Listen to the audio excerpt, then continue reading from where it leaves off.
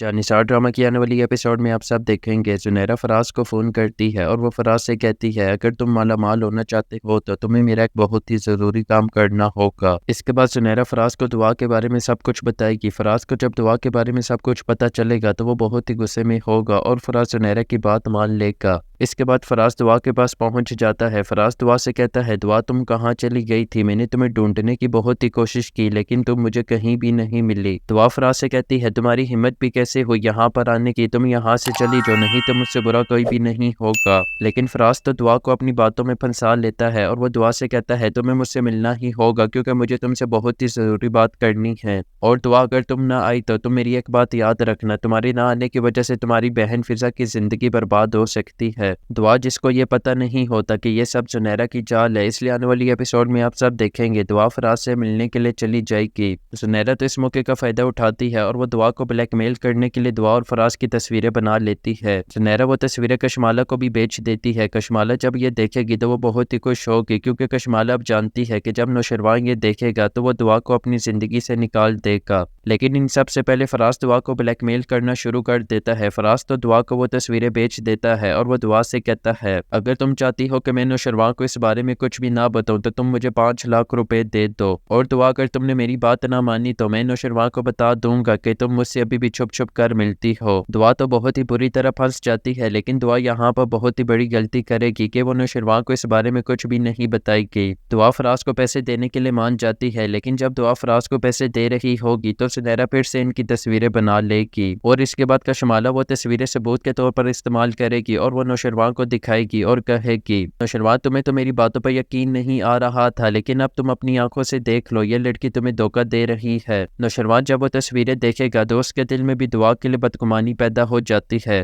کشمالہ تو بہت ہی خوش ہو جاتی ہے کیونکہ کشمالہ تو یہی چاہتی ہے کہ نوشروان کے دل میں دعا کے لیے نفرت پیدا ہو جائے۔ کشمالہ کہتی ہے نوشروان میں تم سے بہت ہی پیار کرتی ہوں اور میں تمہیں کبھی بھی دھوکہ نہیں دوں گی، اس لیے تم میری بات مان لو، تم دعا کو ہمیشہ کے لیے چھوڑ دو۔